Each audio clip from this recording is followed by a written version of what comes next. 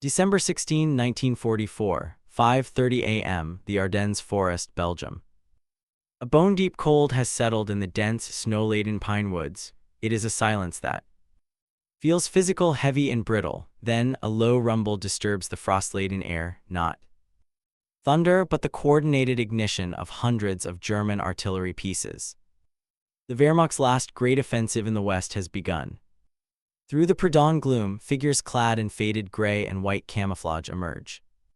From the mist, they are the veterans of the Eastern Front, men who survived the frozen hell outside Moscow, the encirclements at Stalingrad. Their faces are etched with a specific kind of hardness, born from a war against both the Soviet enemy and the indifferent, killing cold. They clutch their rifles, their breath pluming in short, sharp clouds. They know winter, they have fought it, they believe they have mastered it. But this forest is different. As they advance, their boots, often poorly soled, sometimes stuffed with straw or newspaper, crunch through the icy crust. They pass abandoned American outposts. And there in the dugouts they see the first signs, discarded items, a thick olive drab sleeping bag lined with wool, a pair of sturdy, rubber-bottomed, leather-topped boots with felt liners, a pile of heavy, water-resistant wool socks, a can of finely powdered, soluble coffee. To these German veterans, these are not just pieces of equipment, they are artifacts from another world, a world where soldiers are not just expected to fight the enemy, but are meticulously insulated from the very environment itself. The cold here is the same, the snow is the same, but for the first time the German soldier is facing an army that the winter does not seem to touch. A dawning, chilling realization begins to cut through the adrenaline of the attack. They have broken into a new kind of hell, one not of nature's making, but of industrial might. The fear of winter they carried from Russia was primal. Here in the Ardennes it becomes a cold calculus of despair. To understand the seismic shift in perception that occurred in the Ardennes in 1944, one must first journey back to the crucible where the German fear of winter was forged. Operation Barbarossa. In the pre-dawn hours of June 22, 1941, over 3 million German and Axis soldiers stormed across the border of the Soviet Union. It was the largest invasion force in human history. The Wehrmacht, flush with victory from the Blitzkrieg campaigns in Poland and France, was a machine of unparalleled tactical precision and confidence. Its doctrine was Bewegungskrieg, the war of movement, swift, encirclement-focused operations designed to shatter enemy armies in weeks. The plan, conceived by Hitler and the Oberkommando der Wehrmacht (OKW), was predicated on a single catastrophic assumption that the Soviet Union, this colossus of clay, would collapse before the onset of winter. No serious provisions for cold weather warfare were made. Winter clothing was considered an unnecessary logistical burden for a campaign slate to end by autumn. Initially, the assumption seemed valid. The German advance was staggering. Army Group North drove toward Leningrad. Army Group Center, the mightiest spearhead, aimed for Moscow, encircling hundreds of thousands of Soviet troops at Minsk and Smolensk. Army Group South pushed into the resource-rich Ukraine. By October, with autumn rains turning Russian roads into bottomless quagmires of mud, Rasputitsa that immobilized men and machines alike, victory still seemed within grasp. The drive on Moscow. Operation Typhoon was launched. Forward units reached the outskirts of the Soviet capital. Through field glasses, German soldiers claimed they could see the spires of the Kremlin. Then the temperature dropped. The winter of 1941-42 arrived with a viciousness that defied European experience. It was the coldest winter in decades. Temperatures plunged to -30, -40 even degrees Celsius. The German war machine, engineered for speed, simply froze. Tanks and trucks, lacking antifreeze, seized solid. Lubricating oil turned to glue. Standard-issue rifles and machine guns jammed as firing mechanisms contracted. But the true crisis was with men. The German soldier marched east in his standard field uniform, a wool Feldblues tunic, breeches, leather marching boots, and a greatcoat. It was adequate for a Central European autumn. It was a death sentence in a Russian winter. The greatcoat, when Damp became a heavy, icy shell. The leather boots, smooth-soled and tight, offered no insulation and became iceboxes for the feet. Frostbite became an epidemic, not a medical curiosity. Fingers, toes, noses, and ears blackened and necrotic. Men were found frozen solid in their foxholes, still clutching their useless weapons. Supply lines, stretched over 1,000 miles of partisan-haunted wilderness, broke down completely. Trains running on Soviet gauge rails that had to be converted could not bring up the trickle of hastily assembled winter clothing, thin, reversible white camouflage suits and felt boots that arrived too little too late. Conversely, the Soviet soldier, while suffering terribly, was fighting on home terrain. He was equipped with Valenki felt boots, padded telegraphic jackets, fur hats, and heavy mittens. His T-34 tank had a wider track and a diesel engine more resistant to freezing. He was mobilized by a defense of the motherland and by NKVD detachments stationed behind the lines with orders to shoot deserters. The Russian winter became a tactical ally, a vast, white, merciless force that bled the invaders white. The German army did not just face a military defeat at the gates of Moscow, it endured a psychological trauma. The myth of Wehrmacht invincibility was shattered not solely by Soviet tanks but by the impersonal, annihilating cold. General Winter entered the German lexicon as a tangible, feared adversary. From then on, for the German soldier destined for the East, winter was not a season. It was a haunting, a specter of mass suffering and frozen death. It was a fear written in frostbite scars and memories of comrades lost not to bullets but to the indifferent air. This trauma would define the next years of the Eastern Front. It created a generation of veterans for whom survival itself against the elemental fury of winter was a mark of hard-won expertise. They learned to scavenge, to improvise, to steal winter gear from the dead. They developed a grim pride in their ability to endure what they saw as the ultimate test of soldierly fortitude. They believed they had stared into the abyss of nature's wrath and through sheer will endured. They carried this hardened mindset with them when, in 1944, the tides of war turned and they were transferred west to face a new enemy on a different frozen battlefield. But the war and the world had changed. The adversary awaiting them in the west had studied the Eastern Front not with dread, but with the cool eye of an industrial planner. America had drawn a simple, devastating conclusion from the suffering of millions. Modern warfare logistics is not a support function, it is the central strategy. While the Wehrmacht was being consumed in the vastness of the East, a different kind of military power was stirring across the Atlantic. The United States, thrust into the global conflict after Pearl Harbor, embarked on a mobilization effort of unprecedented scale and philosophy. Unlike Germany, which optimized for rapid tactical victories, or the Soviet Union, which survived through brutal sacrifice and mass, America's approach was rooted in its quintessential strengths: industrial capacity, standardization, and a profound belief in technology as a force multiplier for the individual soldier. This was not merely about producing more weapons, it was about systematizing warfare to preserve human capital. The U.S. Army's doctrine was blunt: a cold soldier is an ineffective soldier.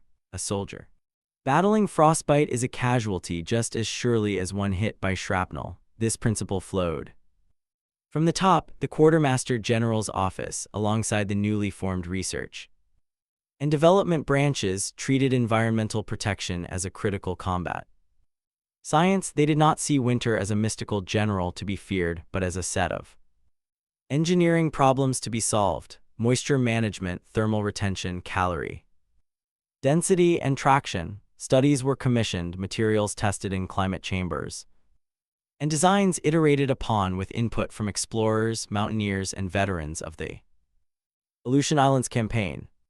The result was not a single miracle garment, but a system. The iconic M1943 field uniform, with its layered, water-resistant design, was just the outer shell. Beneath it was a universe of specialized gear. The core of the foot soldier's winter survival was the shoe's combat service type II, the double-buckle boot. Its design was a direct Rebuke to the failures witnessed in Russia, a rubber-cleated sole for grip on ice, a water. Resistant leather upper and crucially a removable wool felt inner liner, a soldier could dry the liner by his foxhole fire overnight, while the outer boot shell could be cleaned and greased. This was paired with the M1944 Combat Winter Clothing Ensemble. Pile-line field jacket, sturdy trousers, shoepacs for wet conditions, sleeping bags for sub-zero temperatures, and even dedicated winter sleeping pads for insulation from the frozen ground. Every item was mass-produced, pre-packaged in standardized units for easy shipping, and designed to be interchangeable and maintainable in the field. This gear did not trickle down to elite units. It was destined for every rifleman, truck driver, and clerk in the theater. It was the physical manifestation of American industrial democracy applied to warfare. By June 1944, this system landed on the beaches of Normandy. The initial battles in the hedgerows of France were fought in summer heat. The German defender, often veteran of the East, still held onto a doctrinal confidence. He believed his experience in brutal close-quarters combat gave him an edge over the supposedly soft, inexperienced American armies. Through the grueling summer and autumn, as the Allies broke out of Normandy, liberated Paris, and pushed toward the German border, this belief was challenged but not shattered. The American soldier proved tenacious and learned quickly, but the fight was still recognizably soldier against soldier, tank against tank. Then, as autumn faded, the setting shifted. The advance slowed at the West Wall, Germany's defensive frontier. The Allies faced grueling, attritional battles in places like the Huichin Forest, a dark, dense, and steeply ravined expanse east of the Belgian German border. The autumn rains came, turning the forest floor into a cold, sucking bog, and then, as 1944 drew to a close, the early winter arrived. For the Germans, watching from their prepared defenses and preparing for a desperate gamble, the changing weather brought a perverse sense of opportunity. Veteran commanders, many from the Eastern Front, looked at the snow and leafless trees and felt a familiar, if grim, environment. They believed their hardened men could use the winter as an ally, just as the Russians had. They planned to launch a massive counteroffensive through the same Ardennes region that had yielded triumph in 1940. The goal was audacious: split the Allied armies, recapture Antwerp, and force a political settlement. The chosen launch date was mid-December. The operation was dubbed WW2 the Watch on the Rhine, but the world would come to know it by the bulging shape it created on Allied maps, the Battle of the Bulge. As the panzers and the gray-clad infantry assembled in the freezing forests of the Eifel regions, they were equipped with what the faltering German war economy could provide: a mix of standard issue and captured gear, with winter camouflage, often just a thin white smock worn over the greatcoat. They carried with them the Eastern Front's harsh lessons on endurance. They were prepared to suffer, to fight the cold as a second enemy. They were not prepared for an enemy that had effectively removed that second enemy from the battlefield. The stage was now set for a collision not just of armies, but of two diametrically opposed philosophies of war, one built on the will to endure suffering, the other on the industrial capacity to prevent it. The German soldier, steeled by the memory of Russia's frozen hell, was about to confront a new and deeply demoralizing truth. His greatest tactical adversary in the coming battle would not be a general, but the United States Quartermaster Corps.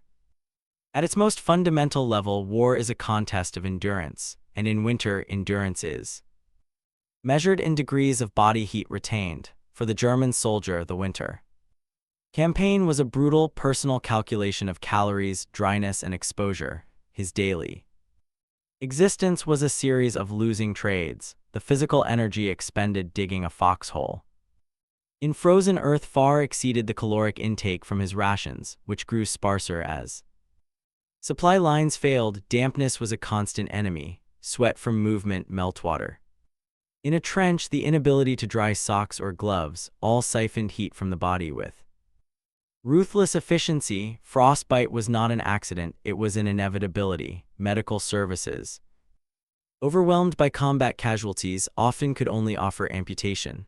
A man with Blackened, necrotic feet was not a casualty who would return to the line. He was a permanent loss. This physical degradation had a direct, corrosive effect on morale. A soldier constantly shaking from the cold cannot aim steadily. A man obsessed with the pain in his feet cannot focus on tactical maneuvers. The cold bred a desperate, animalistic focus on personal survival that eroded unit cohesion. Men huddled together not for camaraderie, but for shared body heat. Sentries were found frozen at their posts. The will to fight was sapped long before the enemy appeared, replaced by a numb, debilitating apathy. Condition German medics themselves termed Frostbelangst, the fear of frostbite. The cold was a silent, pervasive attacker that broke men psychologically by breaking them physiologically. In stark contrast, the American GI, while certainly miserable and facing tremendous hardship, was fighting a different war on the personal level. The layered uniform system wicking moisture away, the insulated boots keeping feet functional, the balanced rations packed with calories and even synthetic vitamins, the sleeping bag that offered genuine rest. These were not luxuries, they were force preservation tools. The American system acknowledged a simple fact: a soldier is a piece of sophisticated machinery. Keep him fueled, dry, and rested, and his combat effectiveness remains near its peak. Frostbite rates in the U.S. Army, while present, were a fraction of those in German units. This created a profound morale asymmetry. The American soldier complained about the cold. It was a universal constant, but his complaints were often about discomfort, not existential survival. He could spend his mental energy on the enemy in front of him, not on the war his own body was losing against the environment. This fundamental preservation of the individual's physical integrity provided a baseline of morale that no amount of Eastern Front hardening could match. Tactics in winter are dictated by the landscape's transformation. Ground that is soft in summer becomes iron hard or disappears under layers of concealing snow. Mobility is everything. The German army in late 1944 was a shadow of its former mechanized self. Its panzer divisions, though still dangerous, were short on fuel and spare parts. Infantry mobility often reverted to its most primitive form, the marching foot soldier, and here the boot met the road, or rather the ice. The standard German Marschstiefel marching boot was a disaster in winter conditions. Its leather sole wore smooth quickly and provided zero traction on ice or packed snow. Soldiers resorted to stuffing them with newspaper for insulation, which would retain moisture and freeze. They fashioned crude crampons from wire or drove nails through the soles, desperate field improvisations that spoke of a systemic failure. Moving cross-country, a German unit expended colossal energy simply to avoid falling, its progress slow, noisy, and exhausting. American infantry shod in the rubber-cleated double-buckle boot, or the later improved Shoepacs, had a tangible tactical advantage. They could move, they could advance, retreat, or flank with greater speed and surety on icy trails. They could run to assault position without fearing a catastrophic slip. This extended to their vehicles. While all armies struggled with frozen engines, the ubiquity of American engineers and recovery vehicles, along with standardized antifreeze, meant a higher percentage of trucks and jeeps remained operational. The famed 2.5-ton GMC Deuce-and-a-half truck was a winter warfare weapon in itself. It could haul troops, tow artillery, and bring forward loads of ammunition, rations, and crucially more winter gear and fuel stoves. It was the beating heart of the American tactical system. This mobility differential shaped the very rhythm of battle. A German counterattack, launched with desperate courage, could lose its momentum and cohesion simply through the physical ordeal of the approach march. American defenders, warmer and more mobile in their positions, could shift reserves more quickly or execute a controlled withdrawal to a better position without it dissolving into a disorganized rout. The cold did not paralyze the U.S. Army, it merely slowed it. For the Germans, the cold was a tactical barrier as formidable as an enemy division. It turned the simple act of movement into a perilous, energy-draining operation that sapped the strength from any offensive action before the first shot was even fired. The divergence in winter warfare capability was not an accident of production, but a reflection of deeply ingrained national philosophies. German military equipment, from tanks to uniforms, was designed first and foremost as military gear. It was engineered for durability under specific combat conditions and for ease of mass production by state-controlled economy. The soldier's personal comfort was a secondary concern, often sacrificed for doctrinal purity or resource constraints. The iconic uniform was meant to project authority and uniformity. This philosophy reached its logical extreme in the later war years, where ersatz materials replaced quality ones and design simplification trumped user needs. The soldier was a component of the war machine, expected to endure hardship as a matter of course. America's approach was born of a different culture, one of consumerism, practicality, and a focus on the individual. The U.S. military did not merely design equipment, it designed products for a soldier who was also seen as a citizen. The Quartermaster Corps acted like a vast utilitarian department store. Its designers asked, what does the user need to accomplish this task? How can we make it more comfortable, more efficient, more durable? They borrowed from civilian outdoor gear, from workwear, from the automotive industry. The double-buckle boots construction owed as much to high-quality work boots as to military tradition. The layered clothing system mirrored the principles of modern mountaineering.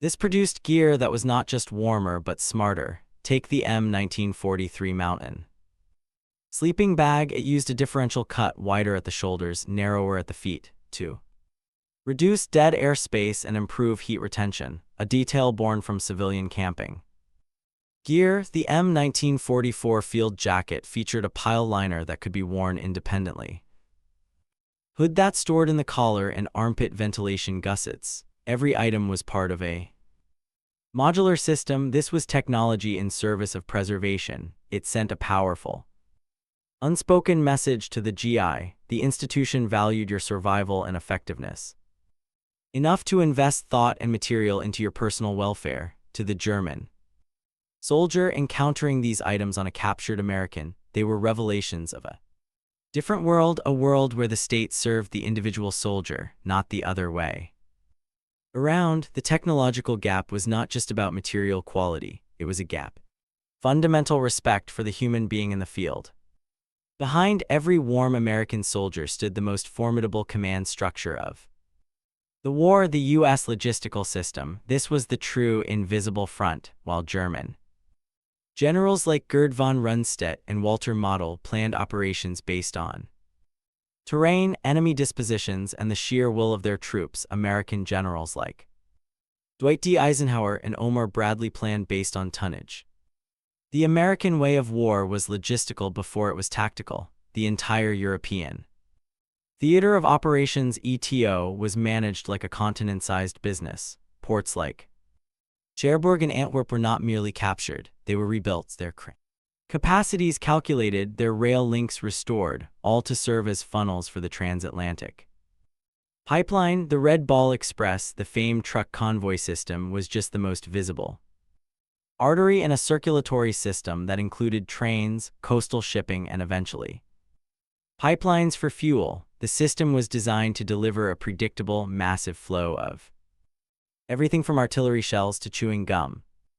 Winter gear was a priority cargo. It was prepositioned, its distribution planned by quartermaster officers who studied weather forecasts. When the cold hit, warehouses at the rear held tens of thousands of sets of winter uniforms, boots, socks, and sleeping bags. They moved forward not as an afterthought but on schedule. A division pulled from the line could be re-equipped in a matter of days. This system functioned even during the chaos of the Bulge, while isolated units like the 101st Airborne at Bastogne ran short on ammunition. Emergency airdrops included medical supplies, rations, and critically winter clothing. German logistics by 1944 were an exercise in crisis management. The system was Fragmented, plagued by Hitler's micromanagement, Allied air interdiction, and a crippling lack of fuel and rolling stock, winter clothing was just one item on a desperately short list that included ammunition, fuel, and replacements. What was produced often failed to reach the front in time or in quantity. Commanders had to make agonizing choices. A train carrying anti-tank shells could not also carry winter coats. The German soldier's endurance was therefore not just a test of his spirit but the end result of a broken logistical chain. His leadership, however personally brave, could not command the resources to protect him. The American leadership, by institutionalizing logistics as a core combat function, could. This created a command paralysis on the German side. Veteran commanders found their most potent weapon, the hardened, experienced infantryman, was being neutralized. Not by enemy fire but by a cold their own system could not mitigate. They were fighting a war of the 19th century reliant on human fortitude against a 20th century industrial adversary for whom supply was strategy. The German soldiers' fear therefore evolved from a dread of nature to a dread of a system. It was the fear of facing an enemy whose strength lay not in harder men but in a smarter, relentless, and infinitely resourceful organization. Before the grand offensive in the Ardennes, the shifting nature of the war was previewed. In a smaller, darker, and even more brutal theater, the WW2 forest, situated along the German-Belgian border southeast of Aachen, the WW2 was a 50-square-mile nightmare of dense fir plantations, steep ravines, and narrow fire breaks. From September to December 1944, it became the scene of a protracted, grinding battle of attrition that the Americans called the Green Hell.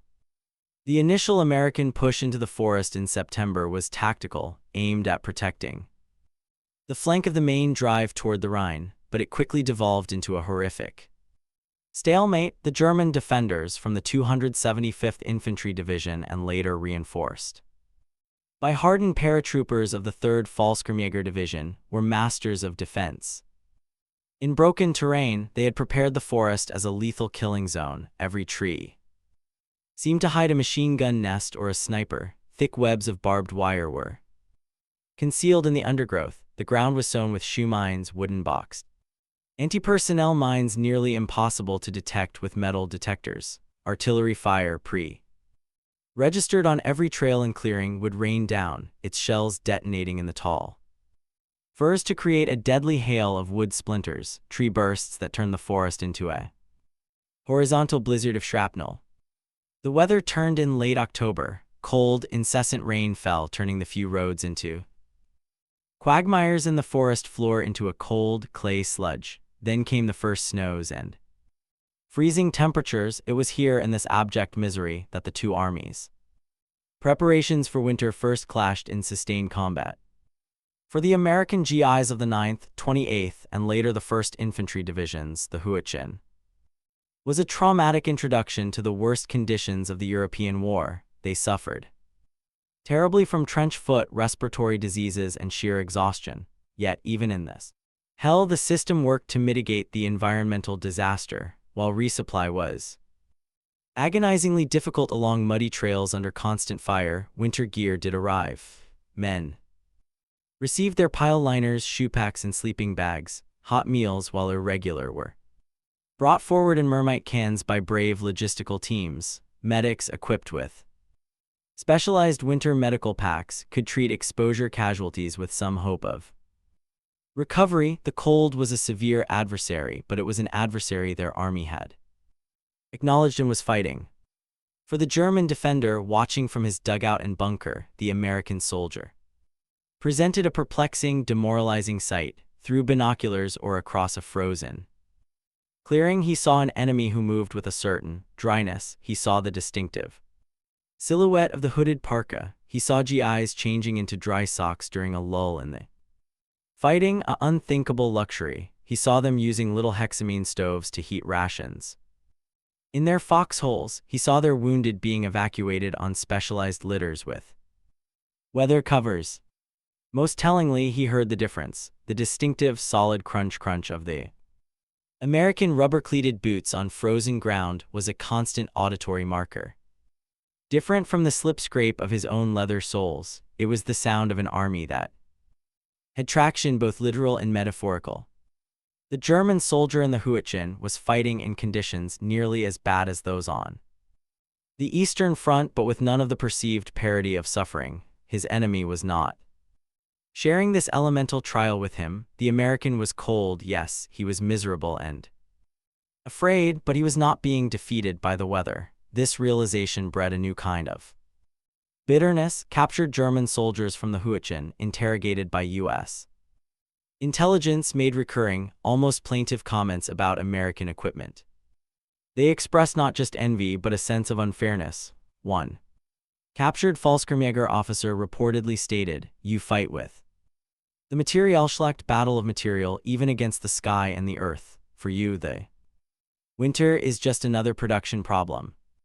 The Huichin forest did not end in a clear American victory. It was a bloody stalemate, finally broken by the larger events to its south, but it served as a critical prelude. It was a laboratory of winter misery where the German veterans' cherished narrative that their hard-won endurance gave them an edge began to crack. They had held the line, inflicting horrific casualties, but they had done so while watching their enemy operate within a protective logistical bubble they could not penetrate. It was a draining, defensive victory that felt psychologically hollow. As they were pulled from the shattered woods to regroup for the upcoming Ardennes offensive, they carried with them a new and unsettling observation. The army was resistant to their oldest and most formidable non-human ally, the cold. The coming offensive would test whether German will and maneuver could triumph over a system that seemed designed to make the very climate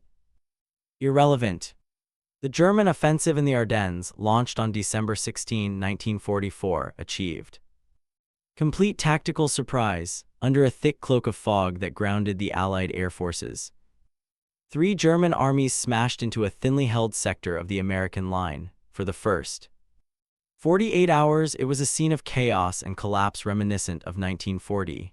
Isolated American units were overrun, command posts abandoned, and roads choked with refugees and retreating soldiers. The Germans, spearheaded by the 1st SS Panzer Division led by the ruthless Joachim Paper, drove deep into the Belgian countryside, their tanks adorned with pine branches, their infantry riding on the decks, exultant in the initial breakthrough. This was the moment the Eastern Front veterans had waited for, the return of the Bewegungskrieg, the war of movement, fought in familiar, frozen forest terrain. They moved through villages like Bullingen and Stavelot, seizing American fuel dumps, and in these captures they encountered the material reality of their enemy in overwhelming detail. They broke into warehouses not just full of gasoline but stacked high with wooden crates. Inside those crates were revelations: pristine winter uniforms sealed in wax paper bags, cases of canned, self-heating rations, thousands of pairs of wool socks, still bearing the scent of mothballs from stateside depots, to men whose own supply system delivered stale black bread and frozen margarine, if it delivered anything at all. This was a glimpse of a parallel universe. But this captured bounty also contained the seeds of their coming disillusionment. The gear was specific. It was not generic warm clothing. There were dedicated Arctic mittens with trigger fingers, Mickey Mouse boots with rubber shells and air-filled insulation for wet, static conditions, sleeping bags rated by temperature. This was not just supply, it was specialized supply. It indicated a war machine so confident in its abundance that it could afford to tailor equipment to environmental subtleties. German soldier stuffing his leather boots with captured American socks experienced immediate relief, followed by a sinking realization. His enemy had this in quantity, as a standard issue, while for him it was a piece of battlefield loot. As the offensive drove westward, the weather cleared on December 23rd, and with the skies, the full might of the Allied logistical system descended. This was the true turning point, not of terrain but of sustainment. The U.S. Army Air Forces and the Royal Air Force took to the skies in their thousands, fighter bombers like the P-47 Thunderbolt, employing new, deadly napalm canisters, turned road junctions into infernos. Stranding panzers without fuel, but equally important was the effort in the rear. The Allied logistical network, after the initial shock, did not break, it flexed. Eisenhower's command enacted emergency measures with cool efficiency. The famous Red Ball Express truck convoys were retasked, entire divisions were turned around on the road network and rushed to seal the shoulders of the Bulge, critical. Crossroads like Bastogne and St. Vith were reinforced, and everywhere the winter pipeline continued to flow. At airfields across France and Belgium, ground crews worked around the clock, loading C-47 Skytrains not just with ammunition and medical supplies for the encircled troops, but with pallets of winter survival gear. The resupply of the 101st Airborne at Bastogne on December 26 was a logistical triumph that delivered not only howitzer shells but also plasma, morphine, and hundreds of parachute-dropped containers filled with parkas and sleeping bags.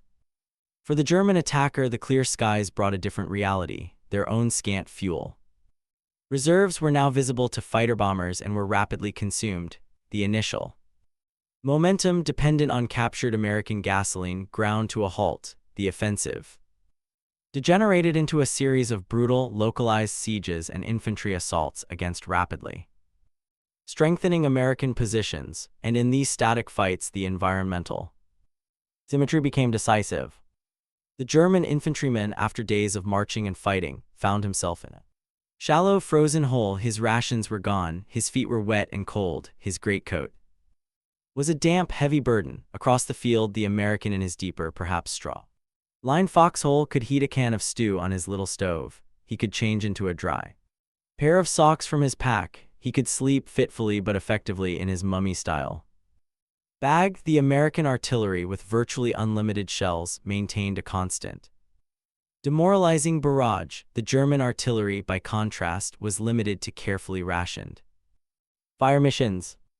The climax of this logistical and environmental war was not a single battle, but a pervasive condition. By December 28, with the offensive stalled everywhere and Patton's Third Army driving north to relieve Bastogne, German units began reporting catastrophic rates of non-combat casualties. Medical reports from the 5th Panzer Army detailed that frostbite and trench foot cases were outnumbering battle wounded by a ratio of 2 or even 3 to 1. Men were surrendering not because their position was overrun, but because they were freezing, starving, and had lost all hope of resupply. They would stumble into American lines, often without their weapons, their primary demand not for safety, but for warmth and food. The Ardennes offensive, conceived as a lightning strike to shatter the Western Allies, instead became a grueling testament to American industrial and logistical power.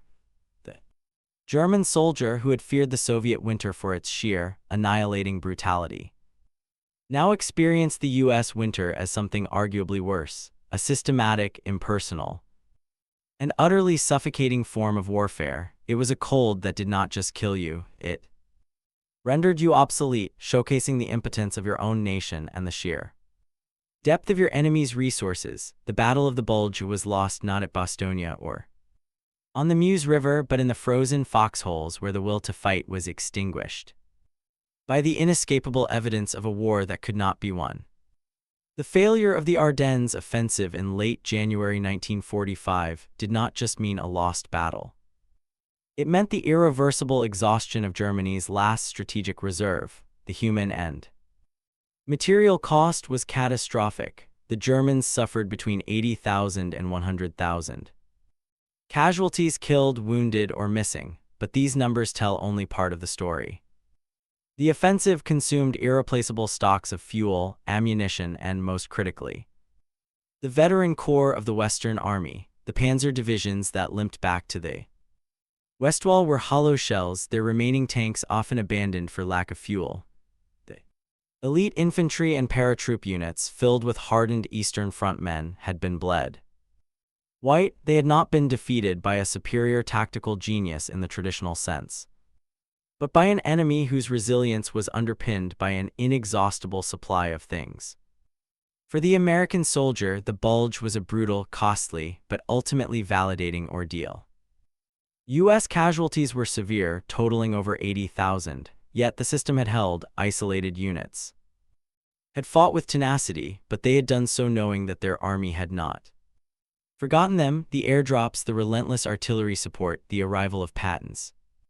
Armor all confirmed the promise of the logistical creed. Morale, after the initial shock, solidified into a grim confidence. The GIs came out of the battle with a hardened respect for the German soldiers' fighting skill, but also with a solidified belief in the inevitability of their own victory. They had seen the enemy's best punch thrown with everything he had left, and they had absorbed it, and while they had done so cold and afraid, they had not done so defeated by the cold. The winter gear, now battle-tested, was no longer just equipment, it was a badge of their army's fundamental competency. The most telling immediate consequences were found in the prisoner-of-war cages and the intelligence reports. The flood of German prisoners taken in the Bulge's later stages provided a stark demographic snapshot of the broken Wehrmacht. Interrogators noted two stark trends. First, the high percentage of men suffering from advanced frostbite, many requiring immediate amputation. Second, and more significantly, the psychological state of the prisoners. Unlike earlier in the war, where defiance or silent resignation was common, many of these men exhibited a profound, weary despair, directly linked to material deprivation. Their statements, recorded by U.S. Army historians in the ETO intelligence notes, are chillingly consistent. One captured Oberjefreiter Corporal from the 12th SS Panzer Division Hitlerjugend reportedly said, "In Russia, the cold was a monster that ate both sides. We learned to be harder than the Russians. Here, the cold only eats us. You have shoes for it, you have coats for it, you have food that is hot from a can. We have only what we can take from you. It is not a fair fight." Another, a veteran Unteroffizier sergeant from the 2nd Panzer Division, captured near cells, his feet wrapped in rags, stated simply, "When I saw your trucks even bringing forward mail for your men, I knew we had lost the war not to soldiers but to factories." These were not the words of men who believed themselves tactically outmaneuvered. They were the words of men who felt rendered obsolete. The fear of the U.S. winter gear was, in essence, a shorthand for this deeper realization. They were no longer fighting an army, but an entire economic and industrial civilization that had organized itself for war with a comprehensiveness they could scarcely imagine. The immediate aftermath of the Bulge was the collapse of the German soldiers' last remaining pillar of psychological defense, the belief in his own superior toughness and endurance. That myth had frozen solid in the Ardennes forest and then shattered under the weight of American plenty. The strategic repercussions of the failed Ardennes offensive were immediate and final. With its last mobile reserves shattered in the west, Germany had no answer for the renewed Allied onslaught that began in February 1945. The Rhine River, the last great natural barrier, was crossed at Remagen in March by American forces who found a bridge still standing, a symbol of Germany's collapsing defensive cohesion. Advance into the heart of the Reich became a relentless procession. For the German soldier defending the homeland in those final months, the conditions were often worse than in the Ardennes, yet now there was no offensive spirit left to buoy them, only a grim, fatalistic defense, the spectacle of the fully equipped Western Allied armies there. Trucks ever present, their soldiers consistently fed and clothed, moving with mechanical inevitability through the crumbling remains of the Third Reich, was the ultimate demonstration of the Materialschlacht. The war in the West had become a logistical mopping-up operation. On the Eastern Front, the simultaneous Soviet Vistula-Oder offensive unleashed a tidal wave of vengeance that made the winter of 1945 even more horrific for the Germans. Caught in its path, but here the dynamic was different. The Soviet soldier, while better equipped for winter than in 1941, still endured tremendous hardship. His victory was driven by numbers, sacrifice, and a rage born of immense suffering. The German retreat Eastward was a replay of their own barbarity, a chaotic flight from a vengeful enemy, and the familiar killing cold. The fear there remained primal, a fear of annihilation. In the West, the legacy was more psychological and systemic. The U.S. armies. Quartermaster Corps conducted extensive after-action reviews of the 1944-45 winter campaigns. The performance of the winter gear was meticulously analyzed. The Shoepac, for instance, was found to be excellent in wet, static conditions, but could cause trench foot if worn on long marches as sweat accumulated. This led to further refinements. The lessons learned about layered clothing, moisture management, calorie-dense rations, and the critical importance of keeping the foot dry were institutionalized. They became embedded in U.S. military doctrine, influencing the development of cold-weather equipment for Korea and forming the bedrock of systems used in places like Alaska and Norway through the Cold War to the present day. The American approach, treating environmental protection as a solvable science, was validated and cemented. For the German military tradition, the legacy was one of painful post-war reckoning. Surviving Wehrmacht generals, in their memoirs and the extensive Allied debriefings conducted after the war, often cited logistical failure as a primary cause of their defeat. But they tended to focus on grand strategy, Hitler's mistakes, the lack of oil, the bombing campaign. The more intimate, soldier-level lesson of the winter gear was often overshadowed, yet it permeated the consciousness of the next generation of German officers within the new Bundeswehr of NATO. The alliance with the United States meant embracing wholesale the American logistical model. The Bundeswehr's cold weather kits, developed during the Cold War facing the Warsaw Pact, bore the unmistakable imprint of U.S. design philosophy, modular, user-focused, and produced to exacting standards of environmental protection. Perhaps the most profound legacy was the erasure of the harder man myth from the calculus of modern conventional warfare. The Eastern Front veterans' belief that enduring greater suffering conferred a moral and tactical advantage was proven bankrupt against a system designed to minimize suffering. The Ardennes demonstrated that in the industrial age, willpower alone could not compensate for a failure of organization and production. The German soldier did not fear the American winter gear because it was magical. He feared what it represented, an adversary who had moved beyond the concept of war as a test of elemental endurance and had reconceived it as a vast engineering project where even the climate was a variable to be controlled. This shift marked the true end of an era of warfare and the undeniable dawn of the American century, where victory would forever after be built in factories, depots, and research labs as surely as on battlefields. The story of the German soldiers' evolving fear of winter is more than a tactical footnote of World War II. It is a parable of modern war itself, a stark illustration of the point where national character, industrial capacity, and the ancient brutality of nature converge on the trembling body of the individual soldier. In the vast white silence of Russia, the cold was a universal enemy, a great leveler. It demanded a primitive animal resilience. The fear it inspired was clean, almost biblical.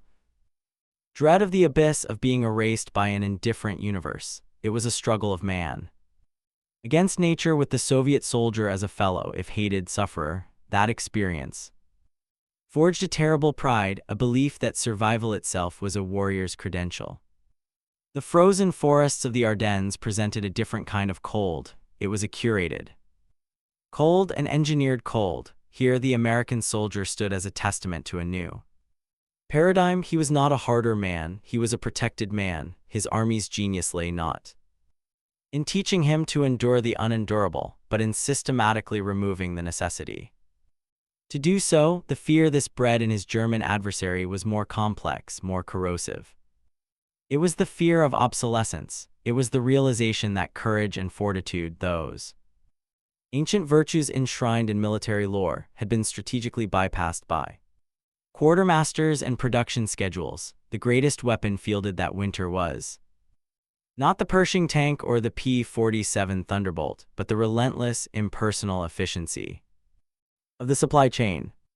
Thus, the journey from the fear of the Soviet winter to the fear of the U.S. winter marks a fundamental transition in the history of conflict. It is the shift from the age of the warrior to the age of the system, from a war where the environment was a shared, pitiless foe to a war where it could be reduced to a set of logistical equations, solved an ocean away. The German soldier's chilling epiphany in those December woods was the recognition that he was fighting the future, and the future was warm, well-fed, and arrived in endless, numbered crates. In the end, the most profound victory of that year was not measured in territory taken, but in a myth destroyed, the myth that suffering is a source of strength. It proved that in the modern world, the ultimate military advantage is the capacity to care for your own, to insulate them from the storm, and in doing so, to unleash upon your enemy a despair more freezing than any winter wind.